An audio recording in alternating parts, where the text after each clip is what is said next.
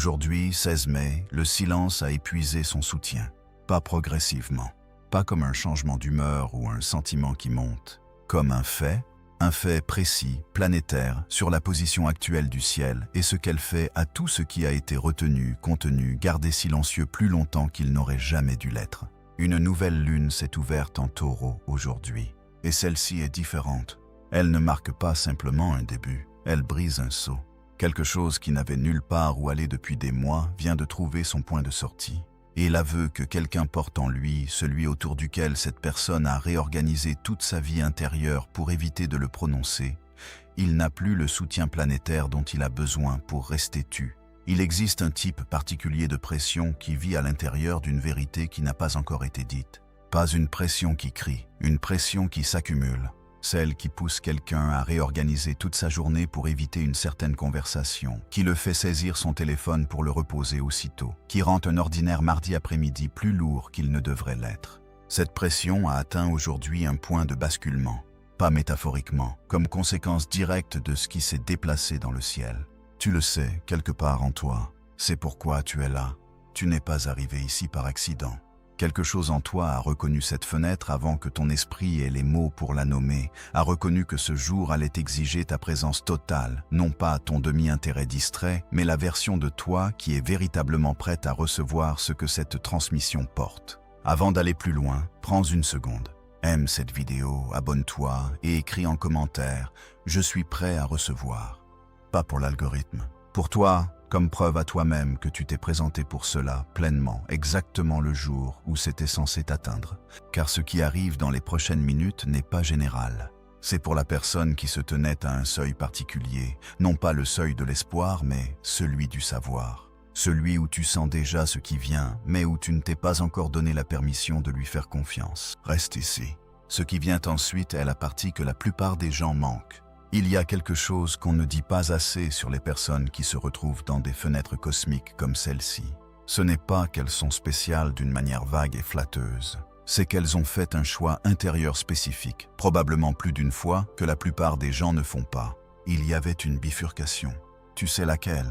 Peut-être était-ce un moment où l'interprétation confortable était juste là, disponible, pratiquement offerte sur un plateau, la version de l'histoire où tu aurais cessé de t'en préoccuper, tourner la page, considérer les choses terminées et le penser vraiment. La porte vers cette version était ouverte. Il aurait été tellement plus facile de la franchir. Et tu ne l'as pas fait. Pas parce que tu étais têtu, pas parce que tu t'accrochais à quelque chose d'une façon malsaine. Mais parce que quelque chose en toi, en dessous du niveau de la décision, en dessous du niveau de la stratégie, a simplement enregistré que la chose vraie était encore vivante. Et tu as choisi d'honorer cet enregistrement même quand rien autour de toi ne confirmait que c'était sage. Ce choix, silencieux, privé, fait sans public et sans garantie, est exactement ce qui t'a positionné pour cette fenêtre. La nouvelle lune en Taureau ne s'ouvre pas pour les gens qui se sont contentés de la version plus facile de l'histoire. Elle s'ouvre pour ceux qui, au moment précis où s'éloigner aurait ressemblé à de la maturité, ont ressenti quelque chose de vrai à la place et sont restés avec. Ce n'est pas peu de choses, c'est le sésame.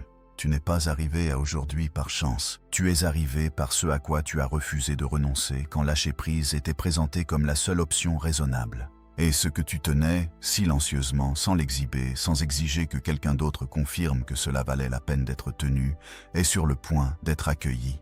Pour comprendre ce qui se passe vraiment aujourd'hui, tu dois comprendre ce que fait une nouvelle lune en Taureau, et non pas en termes astrologiques, mais en termes humains, dans le langage de ce qu'elle fait aux gens, aux connexions, aux choses qui ont vécu dans l'espace entre ce qui est ressenti et ce qui est dit.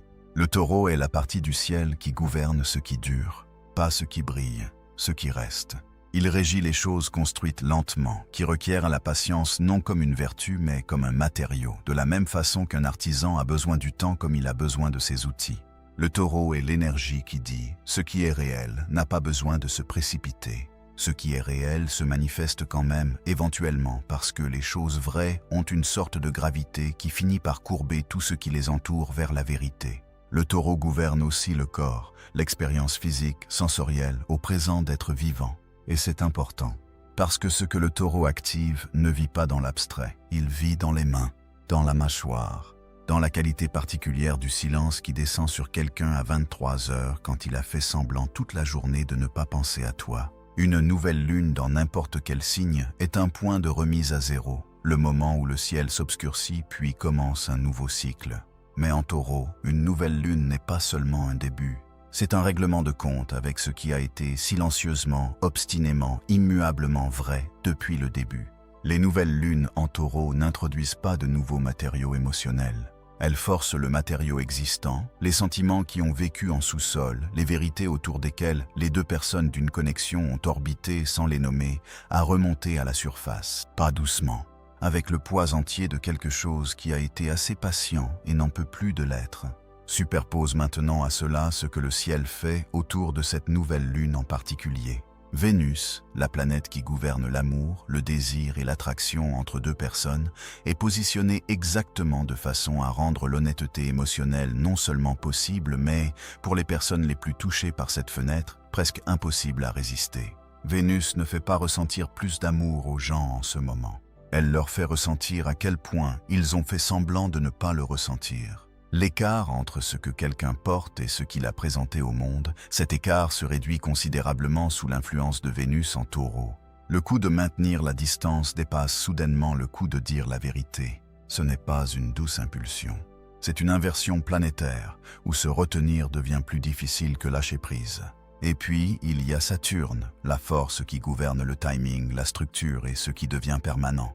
Saturne n'est pas cruel quand il retarde les choses. Saturne est chirurgical. Il ne permet pas aux choses vraies d'arriver avant que le sentiment et la personne soient prêts pour ce qu'exige cette arrivée. Aujourd'hui, Saturne est dans une position qui permet à des portes de s'ouvrir qu'il tenait fermées, pas pour toujours, mais exactement aussi longtemps qu'il devait les tenir. Le sentiment que quelque chose prenait trop de temps, que tu étais mise à l'épreuve au-delà du raisonnable, ce sentiment n'était pas faux. Tu étais mise à l'épreuve. Mais l'épreuve ne portait pas sur ton endurance. Elle portait sur qui tu devenais pendant que tu attendais. Et la raison pour laquelle cela t'atteint spécifiquement, la raison pour laquelle cette transmission t'a trouvé ce jour-là plutôt que de glisser devant, c'est que tu es à l'extrémité réceptrice d'un aveu qui trouve son courage en ce moment, en temps réel, que les mots aient été envoyés ou non. Ce portail ne s'active pas pour tout le monde. Ce n'est pas une chose dure à dire. C'est une chose précise. Il s'ouvre spécifiquement et exclusivement pour les personnes qui ont fait quelque chose que la plupart n'ont pas fait. C'est pourquoi la plupart des personnes qui regardent quelque chose comme ça aujourd'hui le ressentiront en surface, intéressant, résonnant, peut-être même émouvant, mais ne sentiront pas que cela atterrit dans l'endroit profond où les choses changent vraiment. Elles n'ont pas fait ce que tu as fait. Et ce que tu as fait, c'est ceci. Tu as maintenu un standard que tu n'as jamais annoncé. Tu n'en as pas parlé. Tu n'en as pas fait une déclaration. Tu n'en as pas fait une limite avec un nom et une politique. À un niveau en dessous du langage, tu savais simplement ce qui était réel et ce qui ne l'était pas, ce qui t'atteignait vraiment et ce qui en avait seulement l'apparence. Et quand les choses ne répondaient pas à ce standard, tu enregistrais la chute sans drame, silencieusement, sans demander à personne de comprendre pourquoi. Ce type de discernement, celui qui vit en dessous des mots, est extraordinairement rare. Et il ne se développe pas à travers la facilité. Ce n'était pas l'amour qui échouait, c'était l'amour qui était honnête. Quand les choses ne devenaient pas ce qu'elles auraient dû être, ce que tu vivais n'était pas l'absence de l'amour. C'était la précision de l'amour, te disant la différence entre ce qui était réel et ce qui simulait l'être. Ce n'était pas toi, indigne de recevoir, c'était l'autre, pas prêt à donner. La distinction compte plus que tu ne l'as peut-être compris à l'époque, parce que l'une de ces interprétations te laisse plus petit et l'autre te laisse intact. Ce n'était pas l'univers qui se retenait, c'était l'univers qui construisait. Construisait quoi, exactement? La chose même que tu portes en ce moment, la connaissance calme, sans ostentation, ancrée dans les eaux de ce dont tu as réellement besoin et de ce que tu accepteras et n'accepteras pas. Cette connaissance a été assemblée lentement, à un coup, sans annonce. C'est la chose que ce portail exige à la porte. Là où il semblait autrefois que tu survivais simplement à un silence, cela se révèle maintenant comme quelque chose de plus précis. Tu étais en train de devenir la version de toi-même capable de recevoir ce que porte ce portail. Pas le survivre, pas le gérer. devenir à travers lui, et ce que tu es devenu, sans fanfare, sans témoin, sans jamais exiger que quelqu'un confirme que cela en valait le coup, est quelqu'un dont l'intérieur est maintenant véritablement prêt pour ce qui arrive ensuite. Ce n'est pas peu de choses, c'est tout. L'univers ne retarde pas par cruauté, il retarde par précision. Et la précision de ce retard particulier, celui qui a maintenu cette connexion en suspens, celui qui a maintenu certains mots non dits, celui qui a maintenu la distance intacte plus longtemps que tu pensais pouvoir le supporter, n'était pas aléatoire. Elle était conçue, non pas autour de la ligne temporelle de l'autre personne, autour de la tienne. Si cela était arrivé il y a 1 an, si l'aveu était venu, si la porte s'était ouverte quand tu te trouvais encore dans une version différente de toi-même, tu serais arrivé à la connexion en ayant encore besoin qu'elle réponde à quelque chose. Tu portais encore une question non résolue en ton centre, une que tu n'aurais peut-être même pas pu nommer, sur le fait de savoir si tu valais vraiment la peine d'être choisi, d'être pleinement vu, que quelqu'un démantèle ses propres défenses pour toi. Si la connexion était arrivée pendant que cette question était encore active, toute la dynamique se serait organisée autour de cette question. Pas autour de vous deux, vous rencontrant véritablement. Autour de toi, ayant besoin que la rencontre prouve quelque chose. Ce qui arrive maintenant peut être reçu comme une connexion plutôt que comme une confirmation. Cette distinction est toute la différence entre une relation qui te nourrit et une relation qui te consume. Il y a 1 an, tu aurais pris leur arrivée comme une preuve de ta valeur, preuve que tu n'avais pas imaginé ce que tu ressentais, preuve que ce qui existait entre vous était réel. Tu aurais eu besoin que ce soit une preuve. Et ce besoin t'aurait rendu légèrement indisponible pour la personne réelle, parce que tu aurais été trop occupé à recevoir la preuve pour être présent dans le contact. Et si le silence n'était pas de la cruauté, et s'il était l'acte de protection le plus précis de l'univers, le type spécifique qui ne devient visible qu'une fois qu'on est de l'autre côté, ce besoin est plus silencieux maintenant, où il est parti. Non pas parce que tu as cessé de vouloir la connexion, mais parce que quelque part dans cette fenêtre d'attente, tu as cessé d'avoir besoin qu'elle te dise qui tu es. La question qu'elle était censée répondre s'est résolue d'elle-même sans la réponse. Et cette résolution, silencieuse, privée, arrivant non pas avec un moment que tu peux pointer, mais avec une reconnaissance lente que quelque chose en toi avait cessé de demander, est la raison pour laquelle la porte peut maintenant s'ouvrir en toute sécurité. C'est pourquoi le retard a duré aussi longtemps qu'il a duré. Non pas parce que tu n'avais pas été prêt assez longtemps, parce que tu devais cesser d'en avoir besoin pour être ce dont tu avais besoin que ce soit.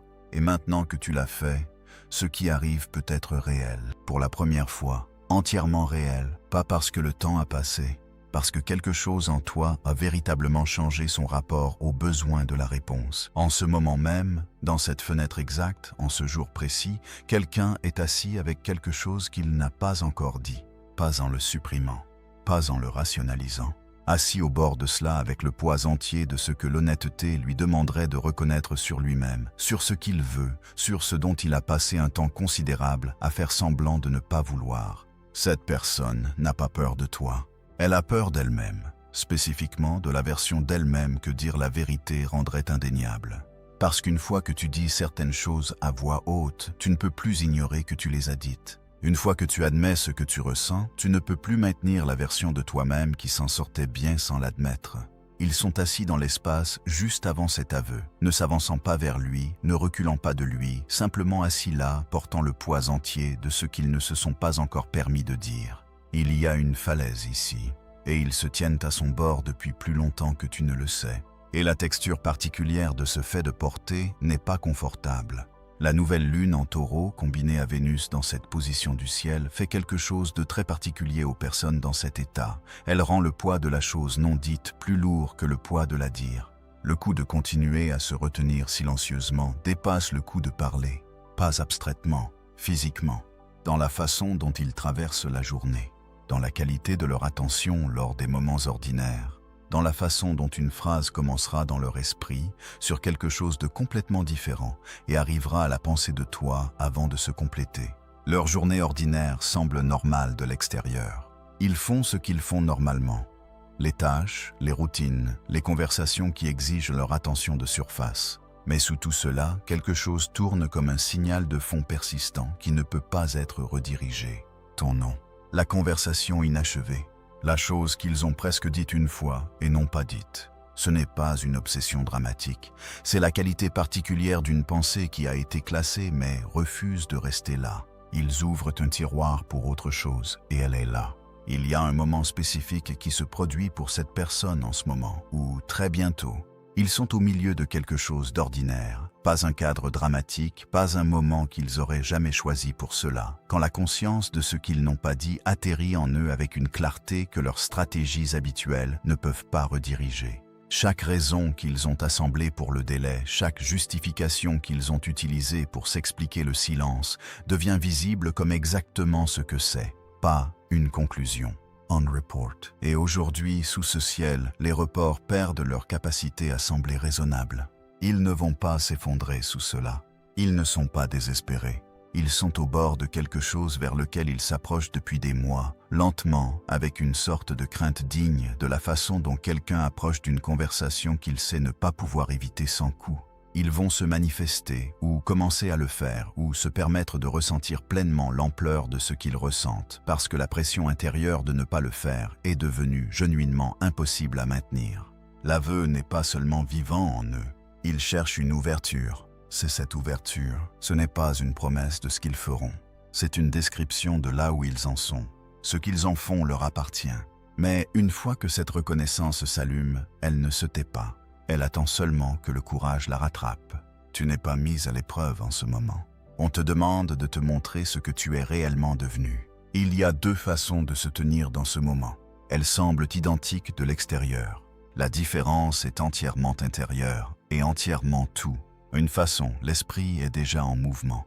Il fait le travail qu'il fait quand quelque chose semble possible mais incertain, organisant des scénarios, planifiant des réponses, exécutant le programme de fond silencieux qui anticipe les résultats et navigue vers les acceptables. Il y a une qualité particulière dans cet état, un resserrement, pas tout à fait de la peur, mais le type particulier d'agitation mentale qui existe pour empêcher d'être simplement dans l'incertitude. Les mains sont immobiles, le visage est calme, mais quelque chose derrière la surface s'accroche, tenant la forme du résultat, essayant de s'assurer que ce qui arrive atterrit dans la version de l'histoire qui était déjà préapprouvée. Cet état est épuisant d'une façon difficile à nommer parce qu'il ressemble à la quiétude de l'extérieur. Il ressemble de l'intérieur à courir sans bouger. L'autre façon, quelque chose est posé, pas résigné. Le sentiment n'est pas lourd ni d'effet. C'est la qualité particulière de quelqu'un qui a cessé d'essayer de tenir la forme de la rivière dans ses mains, les épaules au repos sans avoir été consciemment abaissées. Un souffle qui va légèrement plus profond que les souffles précédents.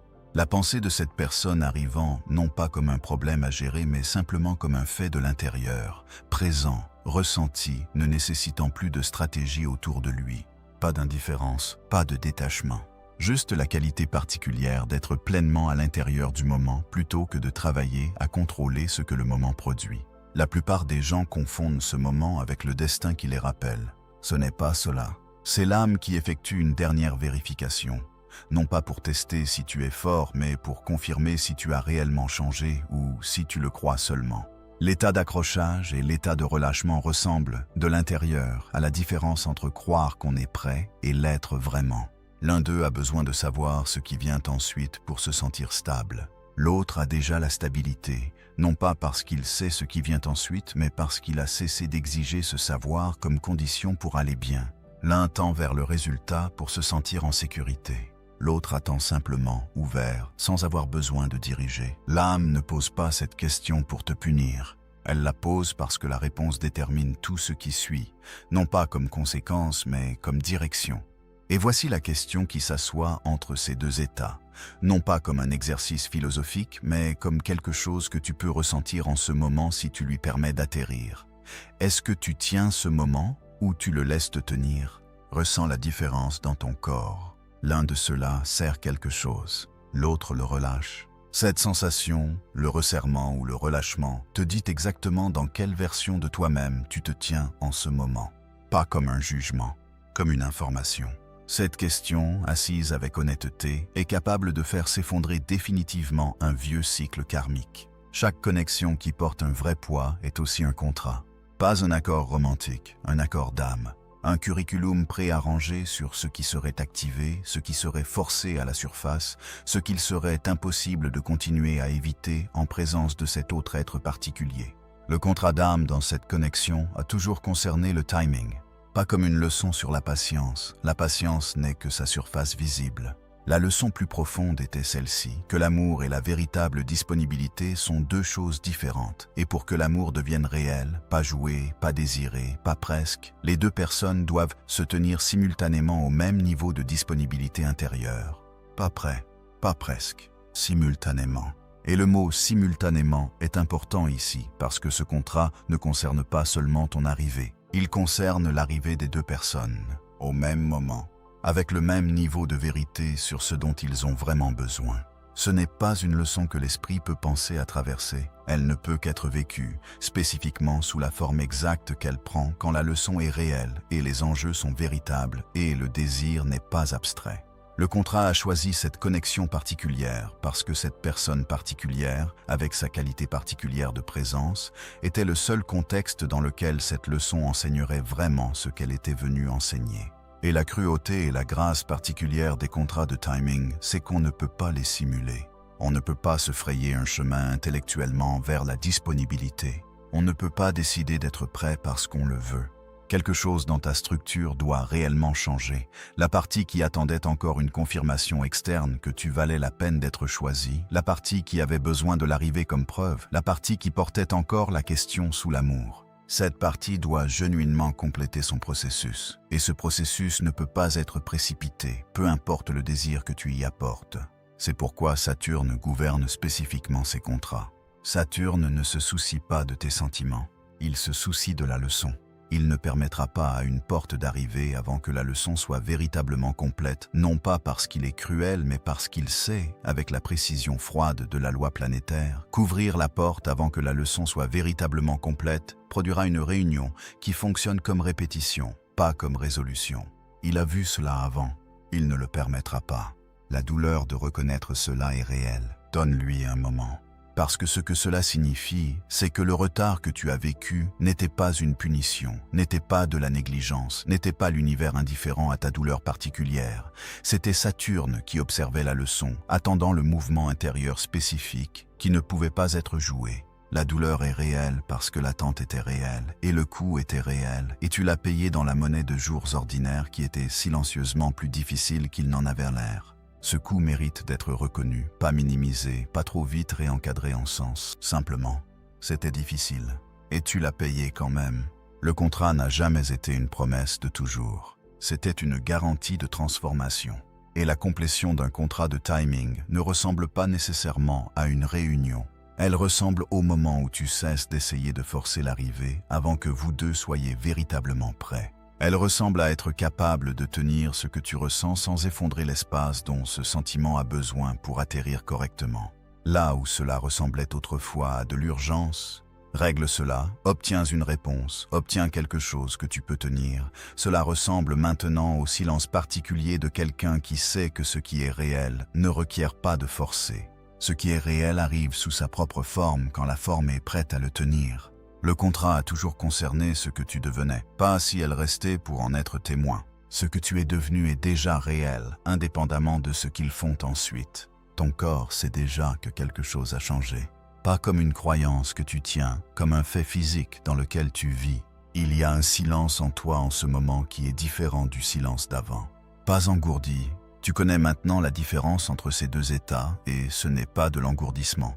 L'engourdissement a une platitude, une absence. Ce que tu portes maintenant a une présence, un silence qui ne semble pas vide mais apaisé, de la façon dont une pièce se sent après que quelque chose a été correctement placé plutôt qu'abandonné. Le sommeil est arrivé différemment, plus tôt, parfois, avec moins du résidu qui s'asseyait habituellement dans les premières minutes du réveil, atteindre en arrière l'inquiétude, l'inventaire de ce qui restait non résolu. Tu peux remarquer des matins où tu te réveilles simplement à l'intérieur de la journée, sans la pause de transition où le poids de la situation se réimposait avant que le café soit fait. Il y a une nouvelle qualité dans la façon dont tu te déplaces dans le milieu de la journée. Pas tout à fait du bonheur, pas une humeur positive qui nécessite d'être maintenue, une suffisance. Un sentiment d'être pleinement à l'intérieur du moment où tu te trouves, plutôt que de te préparer perpétuellement pour le moment d'après. Ce n'est pas quelque chose que tu accomplis, c'est quelque chose qui arrive de lui-même, en dessous du niveau de l'effort. Le non, quand il arrive dans ta conscience, passe différemment. Là où il venait autrefois avec une sorte de préparation, le corps s'organisant autour du sentiment avant même que l'esprit ait consciemment enregistré la pensée, maintenant, il arrive et se déplace. Toujours présent, toujours ressenti, mais ne nécessitant plus que le corps se prépare à l'impact. Tu le ressens, et puis le moment suivant arrive, et tu y es aussi. Le crochet est parti, pas le sentiment, juste le crochet. La poitrine ne porte plus la même disponibilité de bas niveau qu'elle portait il y a 6 mois. Cette disponibilité, la qualité anticipatoire qui ne se reposait jamais tout à fait, qui gardait quelque chose en toi légèrement tendu contre ce qui pourrait arriver ou ne pas arriver, a commencé à mettre fin à son contrat avec ton système nerveux. Pas d'un coup, par intervalles. Dans les intervalles spécifiques de jours où rien ne s'est passé qui aurait requis de te préparer, et tu as remarqué silencieusement que tu ne t'étais pas préparé. Ce n'est pas l'intégration comme idée, c'est l'intégration comme fait physique, le genre que le corps rapporte sans être demandé, le genre qui apparaît dans les habitudes de sommeil et la qualité d'un après-midi. Quelque chose qui surveillait à un niveau bas et constant a commencé à se reposer. Ton corps devient silencieux d'une façon qui n'a pas d'urgence derrière elle, non pas parce que la situation est résolue, parce que quelque chose en toi s'est résolu, quelque chose à un niveau plus profond que la situation elle-même peut toucher. Ce n'est pas le silence de celui qui a abandonné, c'est le silence de quelque chose qui a genuinement terminé. Le corps connaît la différence, même quand l'esprit est encore en train de rattraper. Quelque chose se stabilise dans la vie qui s'ouvre à partir de cette fréquence. Et il se stabilise non pas avec une annonce, non pas avec un moment que tu peux entourer d'un cercle sur un calendrier, mais de la façon particulière et silencieuse dont arrivent les vrais changements, à travers des décisions qui semblent plus nettes, à travers l'absence d'un type particulier d'argument intérieur qui était constant. Les décisions semblent plus nettes, non pas parce que la vie est devenue plus simple ou les options plus évidentes, parce que le conflit qui vivait sous chaque décision, la partie de toi qui négociait toujours entre ce que tu savais vraiment et ce que tu étais prêt à admettre savoir, s'est calmé. Là où cela nécessitait autrefois une qualité particulière de conviction intérieure pour maintenir certaines choses en place, il faut maintenant un effort pour comprendre pourquoi elles n'ont jamais été remises en question. Quelque chose a changé à la racine. Ce qui pouvait vivre ici avant ne peut plus y vivre maintenant. Ce qui semblait autrefois excitant mais creux se présente maintenant comme creux avant même d'arriver complètement. Tu n'as pas besoin de toute l'expérience pour le savoir. Ton corps identifie le signal avant que l'expérience se complète, de la façon dont une oreille entraînée entend une fausse note avant que la phrase se termine. Ce n'est pas du cynisme. C'est un discernement qui a enfin été calibré sur ta vraie fréquence plutôt que sur la fréquence avec laquelle tu te contentais avant. Ce qui semblait autrefois de la sécurité commence à ressembler à un plafond. Pas d'un coup, dans des moments spécifiques. Un moment où une option qui aurait autrefois semblé rassurante ressemble maintenant à quelque chose construit trop petit pour qui tu es maintenant. Le confort est là. Mais sous le confort se trouve la reconnaissance que le confort qui t'exige de te minimiser n'est pas vraiment de la sécurité. C'est juste un type familier de confinement. L'univers n'essaie plus de te guider vers l'alignement. Il commence à répondre à l'alignement que tu portes déjà. C'est pourquoi les synchronicités changent de caractère. Elles ressemblent moins à des flèches te pointant quelque part et davantage à des miroirs confirmant où tu es déjà. Les choses qui entrent dans ton champ maintenant ont une qualité différente. Elles correspondent à quelque chose qui existe déjà en toi, plutôt que de pointer vers quelque chose que tu n'es pas encore devenu. Les intentions des autres personnes sont plus faciles à lire. Non pas parce que tu es devenu méfiant, mais parce que tu ne filtres plus leurs signaux à travers le bruit statique de tes propres questions non résolues. Là où cela nécessitait autrefois une interprétation, où tu devais raisonner pour parvenir à une évaluation des intentions de quelqu'un, cela arrive maintenant directement. Tu ressens la qualité de la présence de quelqu'un avant que l'interaction soit complète. Tu sais ce qui est authentique et ce qui est une performance, pas comme une compétence paranoïaque. Comme une conséquence naturelle d'être plus genuinement présent à l'intérieur de ton propre intérieur. Tu n'attends pas de devenir quelqu'un. Le devenir a déjà eu lieu, en privé, sans annonce, dans la fenêtre exacte où il devait se produire pour être réel. Ce qui est là maintenant n'est pas une préparation, c'est une arrivée. Après cette activation, et c'est une activation, qu'elle semble ou non dramatique de l'intérieur, il y a des choses que ton système nerveux ne peut tout simplement plus continuer à accommoder. Pas comme une décision que tu as prise, comme une réalité biologique sur ce à quoi ton système a maintenant été calibré pour reconnaître. Tu ne peux plus confortablement te tenir à distance émotionnelle de ton propre intérieur pour mettre quelqu'un d'autre à l'aise avec son ambiguïté. C'est la première chose qui cesse d'être disponible, la posture d'attente de quelqu'un qui sait exactement ce qu'il ressent pour décider de te le faire savoir. La posture d'attente ressemblait autrefois à de la patience. Elle se présentera maintenant presque immédiatement comme un type particulier de friction. Pas dramatique, pas en colère, mais l'inconfort spécifique d'être invité à occuper une position qui n'est plus correctement dimensionnée pour qui tu es. Le poids d'une connexion qui est ambiguë par préférence de quelqu'un d'autre, où tu portes une présence totale et l'autre personne est à l'aise dans le flou, ce poids devient perceptible maintenant d'une façon qui ne l'était pas avant. Pas comme du ressentiment, comme une information. L'asymétrie est lisible à ton corps d'une façon qui contourne la tendance de l'esprit à l'expliquer, à accorder plus de bonne foi que les données ne soutiennent, à attendre que la dynamique devienne ce qu'elle n'a pas encore choisi de devenir. Et cela, l'expérience d'avoir ta profondeur accueillie par le confort de quelqu'un à garder les choses indéfinies, cela ne passera plus à travers toi comme quelque chose que tu peux convertir en patience. Là où tu pouvais autrefois absorber l'ambiguïté et continuer, ton système produira maintenant un signal clair. Ce n'est pas la qualité de contact pour laquelle tu es fait maintenant. Non pas parce que tu es devenu exigeant, parce que tu es devenu honnête. Expliquer ta profondeur à quelqu'un qui reçoit ta clarté comme preuve que tu es trop, cette dynamique particulière où ton honnêteté sur ce que tu ressens devient la raison pour laquelle l'autre personne se sent en droit de prendre plus de distance, c'est terminé. Non pas parce que tu as décidé de cesser de le faire, parce que ton système nerveux produira maintenant quelque chose de proche de la nausée à l'idée de jouer la petitesse pour mettre quelqu'un d'autre à l'aise avec sa propre fuite. Ce n'est pas de la dureté, c'est un discernement rendu permanent par l'expérience. L'amour ne quitte pas ta vie après cela, il évolue. Tout ce qui entre à partir d'ici doit te rencontrer là où tu te tiens réellement. Si cette âme revient dans ton champ maintenant, elle ne reviendra pas vers la personne qu'elle a laissée. Cette version de toi a accompli son contrat. Ce à quoi elle revient, c'est quelqu'un dont la clarté se fera sentir avant que la première phrase complète soit prononcée. Non pas comme un mur, non pas comme de la froideur, mais comme une qualité d'ancrage qui est inconfondable.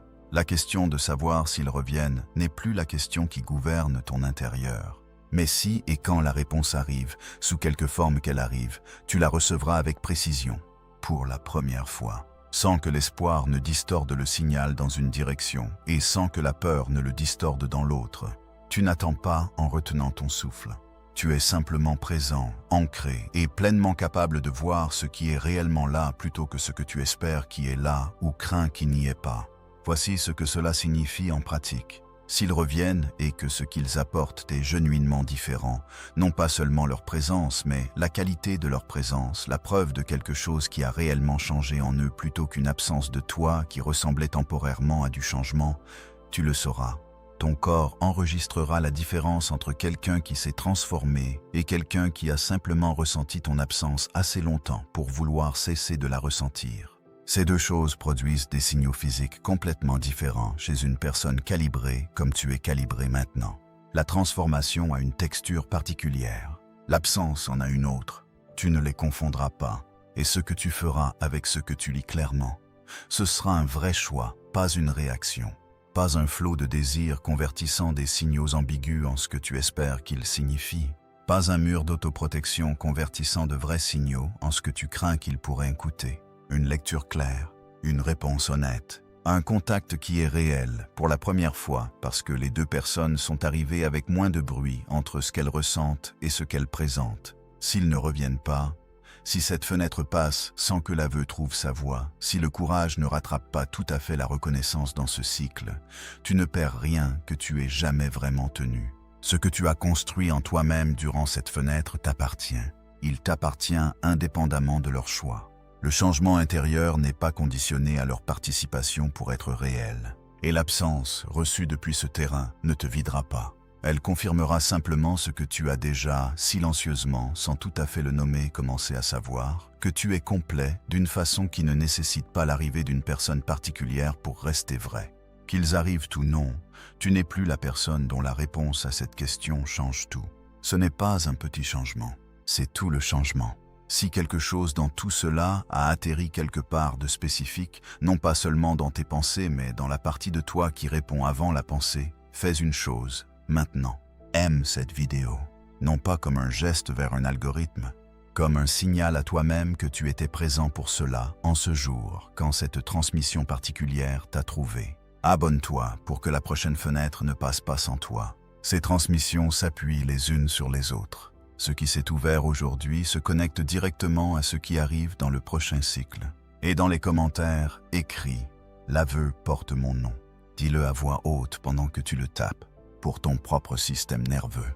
Les mots prononcés avec intention complètent quelque chose que la lecture silencieuse laisse ouvert. Et si tu connais quelqu'un qui est assis exactement à ce seuil, celui entre savoir et dire, entre ressentir et se permettre d'agir, partage cela avec lui. Ton âme sait déjà qui, quelque chose a déjà atterri. Pas dans le futur, maintenant. Pas comme quelque chose qui approche de loin, mais comme quelque chose qui arrive silencieusement, régulièrement, sans drame ni annonce, dans l'espace que tu lui as dégagé. Aujourd'hui, 16 mai, la nouvelle lune en taureau a scellé quelque chose. Et ce qu'elle a scellé n'est pas une porte qui se ferme, c'est une fondation qui se pose. Le genre de pose qui ne fait pas de bruit parce qu'elle n'en a pas besoin. Parce que c'est déjà fait. Tu n'as pas à tendre vers ce qui vient. Tu dois seulement être suffisamment silencieux pour remarquer que c'est déjà là, dans la qualité de ton souffle en ce moment, dans le silence particulier derrière tes yeux, dans la façon dont le poids que tu portais est devenu, sans que tu l'aies demandé, quelque chose qui n'a plus du tout besoin d'être porté.